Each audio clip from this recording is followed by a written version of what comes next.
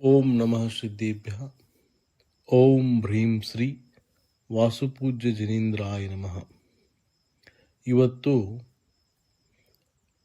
ನಾವೆಲ್ಲರೂ ಭಗವಾನ್ ವಾಸುಪೂಜ್ಯ ತೀರ್ಥಂಕರರ ವಿಶೇಷ ಅಭಿಷೇಕ ಹಾಗೂ ವಿಶೇಷ ಪೂಜೆಯನ್ನು ನೋಡುತ್ತಾ ಮೇಷರಾಶಿಯ 2026ರಲ್ಲಿ ಯಾವ ಯಾವ ಶುಭ ಫಲಗಳು ಮತ್ತು ಅಶುಭ ಫಲಗಳು ಸಿಗುತ್ತವೆ, ದೊರೆಯುತ್ತದೆ, ಅದರ ಬಗ್ಗೆ ಇವತ್ತು ಇಲ್ಲಿ ಚರ್ಚೆಯನ್ನು ಮಾಡೋಣ. ಮೇಷರಾಶಿಯವರಿಗೆ ವಿಶೇಷವಾಗಿ 2026ರಲ್ಲಿ ಬಹಳ ಉತ್ತಮ ಫಲಗಳ ಜೊತೆ ಸ್ವಲ್ಪ ಕಷ್ಟಗಳು, ಸಂಘರ್ಷಮಯ ಜೀವನವಾಗಿಯೂ ಕೂಡ ಇರುತ್ತದೆ.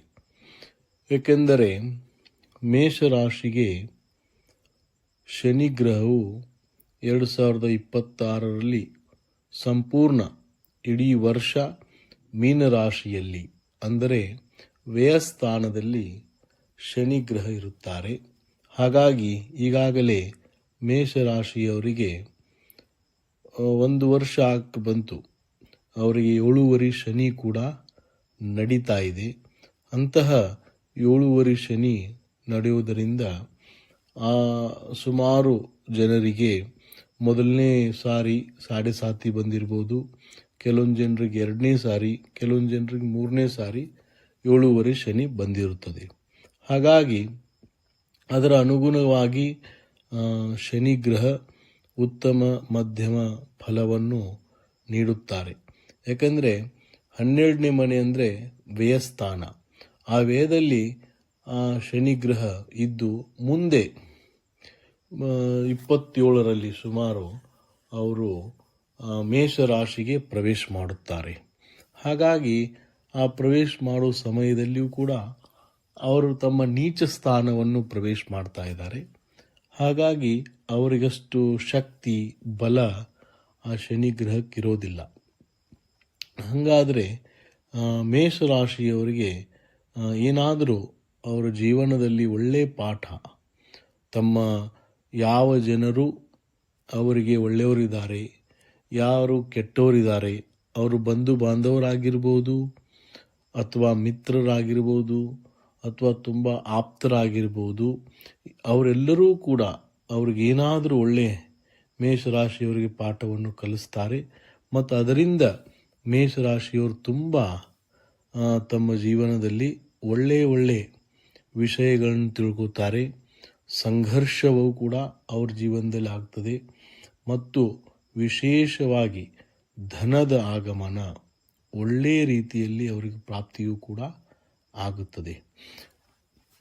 ಏಕೆಂದರೆ ರಾಹುಗ್ರಹ ಏನಿದ್ದಾನೆ ಅವನು ಲಾಭಸ್ಥಾನ ಕುಂಭರಾಶಿಯಲ್ಲಿ ಇರುತ್ತಾರೆ. 2026 ಪೂರ್ತಿ ಆಲ್ಮೋಸ್ಟ್ ಡಿಸೆಂಬರ್ ಫಸ್ಟ್ ವೀಕ್ವರೆಗೆ ರಾಹುಗ್ರಹ ಕುಂಭರಾಶಿಯಲ್ಲಿ ಇರೋದರಿಂದ ಲಾಭಸ್ಥಾನದಲ್ಲಿದ್ದಾರೆ. ಅಂತಹ ಲಾಭಸ್ಥಾನದಲ್ಲಿರೋದ್ರಿಂದ ರಾಹು ಲಾಭವನ್ನೂ ಕೂಡ ಜೀವನದಲ್ಲಿ ಮಾಡಿಕೊಡ್ತಾರೆ. ಅಚಾನಕವಾಗಿ, ಆಕಸ್ಮಿಕವಾಗಿ ಧನಲಾಭ, ಉತ್ತಮ ವಸ್ತುಗಳ ಲಾಭವನ್ನು ಕೂಡ ಮಾಡಿಕೊಡ್ತಾರೆ.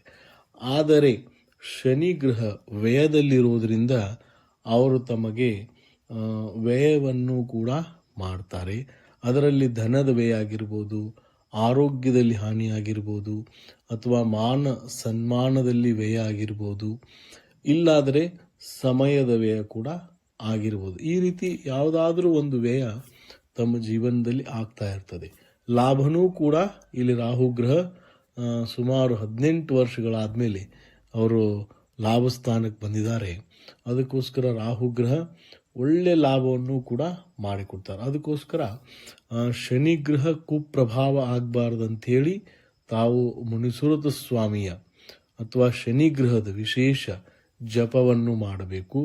ಮತ್ತು ರಾಹುಗ್ರಹ ಒಳ್ಳೆ ಫಲ ಕೊಡ್ತದೆ, ಲಾಭಸ್ಥಾನದಲ್ಲಿದೆ. ಅದಕ್ಕೋಸ್ಕರ ಏನಾದರೂ ತಮ್ಮ ಇಷ್ಟವಾದ ವಸ್ತು, ಅದರಲ್ಲಿ ವಿಶೇಷವಾಗಿ ಭೋಜನದಲ್ಲಾಗಿರ್ಬೋದು, ಸಿಹಿ ತಿಂಡಿಗಳಾಗಿರ್ಬೋದು, ಹಣ್ಣು ಆಗಿರ್ಬೋದು, ನಿಮ್ಗೆ ಯಾವುದೊಂದು ಫೇವ್ರೇಟ್ ಇದೆ, ಇಷ್ಟವಾಗಿದೆ, ಆ ವಸ್ತುವಿನ ತ್ಯಾಗ ಮಾಡಬೇಕು. ಮತ್ತು ರಾಹು ಗ್ರಹದ ಜಪವನ್ನು, ಭಗವಾನ್ ನೇಮಿನಾಥ ಸ್ವಾಮಿಯವರ ಜಪವನ್ನು ತಾವು ನಿರಂತರ ಮಾಡ್ತಾ ಇದ್ರೆ ಒಳ್ಳೆ ಫಲ, ಒಳ್ಳೆ ದುಡ್ಡು, ಹಣ, ಕಾಸು, ಸ್ಥಿರ ಸಂಪತ್ತಿ ತಮಗೆ ರಾಹುಗ್ರಹ ಕೊಟ್ಟೆ ಕೊಡ್ತಾರೆ. ಅದೇ ರೀತಿ ರಾಹು ದುಡ್ಡು ಕೊಟ್ಟರೆ ಶನಿ ವ್ಯಯವನ್ನು ಕೂಡ ಮಾಡಬಹುದು. ಹಾಗಾಗಿ ಶನಿ ಗ್ರಹದ ಜಪವನ್ನು ವಿಶೇಷವಾಗಿ ತಾವು ಮಾಡಬೇಕು. ಮುಂದೆ ವಿದ್ಯೆ, ಜ್ಞಾನ ಇವುಗಳಲ್ಲಿ ಏನು ಅಧ್ಯಯನ ಮಾಡ್ತಾ ಇದ್ದಾರೆ ಮೇಷರಾಶಿಯವರು, ಅಧ್ಯಯನವನ್ನು ವಿದ್ಯಾರ್ಥಿಗಳಾಗಿದ್ದಾರೆ ಅಂಥವ್ರಿಗೂ ಕೂಡ ಅವರು ತುಂಬ ಪರಿಶ್ರಮದಿಂದ ಮತ್ತು ಸಾಹಸದಿಂದ ಅವರು ತಮ್ಮ ಅಧ್ಯಯನದಲ್ಲಿ ಯಶಸ್ಸನ್ನು, ಕೀರ್ತಿಯನ್ನು ಗಳಿಸ್ಕೊಳ್ತಾರೆ. ಯಾಕಂದರೆ ಈಗ ಎಲ್ಲರಿಗೂ ಕೂಡ ಮೇಷರಾಶಿಯವರಿಗೆ ಗುರುಗ್ರಹ ಮಿಥುನ ರಾಶಿಯಲ್ಲಿದೆ.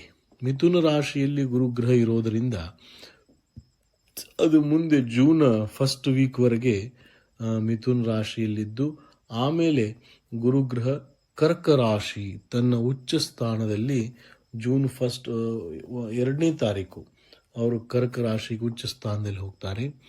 ಈಗ ಜೂನು ಅಂದರೆ ಸುಮಾರು ವರ್ಷದ 5 ತಿಂಗಳು ಅವರು ಮಿಥುನ ರಾಶಿಯಲ್ಲಿ ಇರೋದರಿಂದ ಗುರುಗ್ರಹವು ಭಾಗ್ಯಸ್ಥಾನವನ್ನು ವಿಶೇಷವಾಗಿ ನೋಡ್ತದೆ. ಆಮೇಲೆ 7ನೇ ಮನೆ ಅದು ಕೂಡ ಗುರುಗ್ರಹ ನೋಡ್ತದೆ. ಆಮೇಲೆ 11ನೇ ಸ್ಥಾನ, ಆದರೆ ರಾಹುಗ್ರಹ ಏನು ಲಾಭ ಸ್ಥಾನದಲ್ಲಿದ್ದಾರೆ ಅಂತ 11ನೇ ಮನೆಯನ್ನು ಕೂಡ ಅವರು ಗುರುಗ್ರಹ ನೋಡೋದ್ರಿಂದ ಒಳ್ಳೆ ಜೀವನದಲ್ಲಿ ಭಾಗ್ಯದ ಉದಯ, ಏನೇನು ತಡೆಗಳು ಕೆಲಸ ಕಾರ್ಯಗಳಲ್ಲಿ ಆಗ್ತಾ ಇದ್ದಾವೆ, ಯಾರು ಕೆಲವೊಂದು ಜನ ನೌಕರಿ ವ್ಯಾಪಾರಸ್ಥರಿದ್ದಾರೆ ಅಂಥವ್ರಿಗೆ ಏನಾದರೂ ಆದಾಯದಲ್ಲಿ ಅವರ ನೌಕರಿಯಲ್ಲಿ ಏನಾದರೂ ತೊಂದರೆಗಳಾಗ್ತಾ ಇದ್ದರೆ ಅವುಗಳನ್ನು ಕೂಡ ಆ ಗುರುಗ್ರಹ ಧರ್ಮಸ್ಥಾನವನ್ನು ನೋಡುತ್ತಿರೋದ್ರಿಂದ, ತನ್ನ ಧನುರಾಶಿಯನ್ನೇ, ತನ್ನ ಸ್ವಂತ ರಾಶಿಯನ್ನೇ ನೋಡುತ್ತಿರೋದ್ರಿಂದ ಉತ್ತಮ ಭಾಗ್ಯದ ಉದಯ ಕೂಡ ಮಾಡುತ್ತಾನೆ. ಮತ್ತು ಕೆಲವು ಜನರಿಗೆ ಏನು ದೇಶ ವಿದೇಶಗಳ ವ್ಯಾಪಾರ ಯಾರಾದರೂ ಮಾಡ್ತಾ ಇದ್ರೆ, ಆಮದು ರಫ್ತು ಅಂಥವರಿಗೂ ಕೂಡ ತುಂಬ ಅನುಕೂಲವಾದ ಸಮಯ ಇದೆ. ಆನಂತರ ಯಾರಾದರೂ ವಿದೇಶದಲ್ಲಿ ಹೋಗಿ ಅವರು ಅಧ್ಯಯನ ಮಾಡೋರಂತಹ ವಿದ್ಯಾರ್ಥಿಗಳಿದ್ದರೆ ಅವ್ರಿಗೂ ಕೂಡ ಒಳ್ಳೆ ಉತ್ತಮ ಅವಕಾಶ ಇದೆ. ಮತ್ತು ಯಾರಾದರೂ ವಿದೇಶ ಯಾತ್ರೆಗಳನ್ನು ಮಾಡೋರಿದ್ದರೆ ಅಂಥವರಿಗೂ ಕೂಡ ಗುರುಗ್ರಹ ಒಳ್ಳೆ ಫಲವನ್ನು ನೀಡುತ್ತಾರೆ. ಮತ್ತು ಧಾರ್ಮಿಕ, ಸಾಮಾಜಿಕ, ಶೈಕ್ಷಣಿಕ ಆದಿ ಏನು ಲೋಕ ಕಲ್ಯಾಣದ ಕಾರ್ಯಗಳಿದ್ದಾವೆ ಅಂತಹ ಕಾರ್ಯಗಳಲ್ಲಿಯೂ ಕೂಡ ತಾವು ತೊಡಗಬಹುದು, ಕಾರ್ಯಗಳನ್ನು ಮಾಡಬಹುದು. ಗುರು ಸೇವೆ, ಧರ್ಮ ಸೇವೆ, ಸಮಾಜದ ಸೇವೆ, ಇಂತಹ ಲೋಕದ ಕಾರ್ಯಗಳು, ಪರೋಪಕಾರದ ಕಾರ್ಯಗಳು ಕೂಡ ನಿಮಗೆ ಮಾಡಲಿಕ್ಕೆ ಸಿಗುತ್ತದೆ.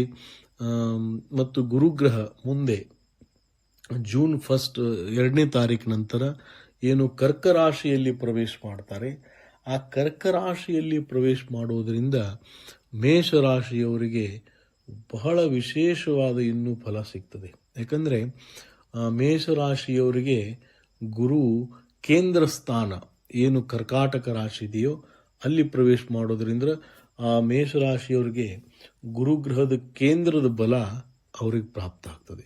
ಆ ಕೇಂದ್ರದ ಬಲ ಪ್ರಾಪ್ತ ಆಗೋದ್ರಿಂದ ಗುರುಗ್ರಹದ ದೃಷ್ಟಿನೂ ಕೂಡ ಸುದೃಷ್ಟಿ, ಒಳ್ಳೆಯ ದೃಷ್ಟಿನೂ ಕೂಡ ಚೇಂಜ್ ಆಗ್ತದೆ.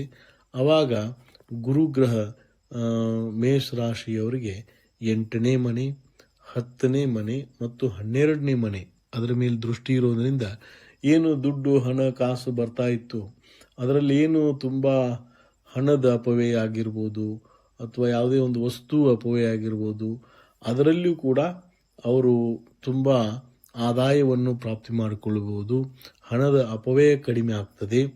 ಮತ್ತು ಏನು 8ನೇ ಮನೆ ನೋಡೋದ್ರಿಂದ ಆರೋಗ್ಯದಲ್ಲಿ ಏನು ಹಾನಿ ಆಗ್ತಾ ಇತ್ತು, ಏನಾದರೂ ತುಂಬ ವರ್ಷಗಳ ಕಾಲದಿಂದ ಯಾವುದು ರೋಗಗಳು ಅಥವಾ ಏನಾದರೂ ಮಾನಸಿಕ ಚಿಂತೆ, ಶಾರೀರಿಕ ಪೀಡೆ ಇವುಗಳೇನಿರ್ತವೆ ಅವುಗಳಲ್ಲಿಯೂ ಕೂಡ ಅವರಿಗೆ ಮೇಷರಾಶಿಯವರಿಗೆ ಆರೋಗ್ಯದಲ್ಲಿ ಸುಧಾರಣೆ ಆಗುತ್ತದೆ.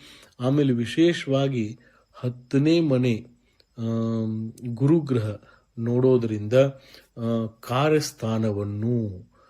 ಕಾರ್ಯಸ್ಥಾನವನ್ನು ನೋಡೋದರಿಂದ ತಾವು ಮಾಡುವ ಕೆಲಸ ಕಾರ್ಯಗಳಲ್ಲಿ ಯಾರಾದರೂ ವ್ಯಾಪಾರಸ್ಥರಿದ್ರೆ, ನೌಕರಿ ಮಾಡೋರಿದ್ರೆ, ಅಥವಾ ಯಾರಾದರೂ ವಿದ್ಯಾರ್ಥಿಗಳಿದ್ರೆ, ಅಥವಾ ಅನ್ಯ ಯಾವುದೇ ನೀವು ಯಾವ ಕ್ಷೇತ್ರದಲ್ಲಿ ತಾವು ಯಾವ ಫೀಲ್ಡ್ದಲ್ಲಿ ಕೆಲಸ ಕಾರ್ಯಗಳನ್ನು ಮಾಡ್ತಾ ಇದ್ದೀರಾ ಆ ಕೆಲಸ ಕಾರ್ಯಗಳು ವಿಸ್ತಾರವಾಗುತ್ತವೆ. ಹೊಸ ಹೊಸ ಜನರ ಮತ್ತು ಹೊಸ ಹೊಸ ಒಳ್ಳೆಯ ಸಂಬಂಧಗಳು ನಿಮಗೆ ಪ್ರಾಪ್ತಿಯಾಗುತ್ತವೆ. ಅವುಗಳಿಂದ ನಿಮಗೆ ಆದಾಯದಲ್ಲಿ ಮತ್ತು ನಿಮ್ಮ ಕೆಲಸ ಕಾರ್ಯಗಳಲ್ಲಿ ತುಂಬ ಪ್ರಗತಿಯಾಗುತ್ತದೆ. ಹಾಗಾಗಿ ಮೇಷರಾಶಿಯವರಿಗೆ 2026 ಗುರು ಗ್ರಹ ಚೆನ್ನಾಗಿರೋದರಿಂದ ಒಳ್ಳೆಯ ಫಲನೇ ಪ್ರಾಪ್ತಿಯಾಗುತ್ತದೆ. ಆದರೆ ಶನಿ ಗ್ರಹದ ವಿಶೇಷವಾಗಿ ಸ್ವಲ್ಪ 7 ಶನಿ ಇರೋದ್ರಿಂದ ಅದರ ಅನುಷ್ಠಾನ ವಿಶೇಷವಾಗಿ ಮಾಡ್ತಾ ಇರ್ರಿ. ಅದರಿಂದ ನಿಮಗೆ ಒಳ್ಳೆಯ ಫಲ ಪ್ರಾಪ್ತಿಯಾಗುತ್ತದೆ. ಮತ್ತು ಮೇಷರಾಶಿಯವರಿಗೆ 2026 ಎಲ್ಲ ದೇವಾನುದೇವತೆಗಳು ಮತ್ತು ಗುರು ಹಿರಿಯರ ಆಶೀರ್ವಾದದಿಂದ ಶುಭವಾಗಲಿ, ಮಂಗಲವಾಗಲಿ ಎಂಬ ಶುಭ ಭಾವನೆಯನ್ನು ಮಾಡುತ್ತಾ ಓಂ ನಮಃ ಸಿದ್ಧೇಭ್ಯಃ.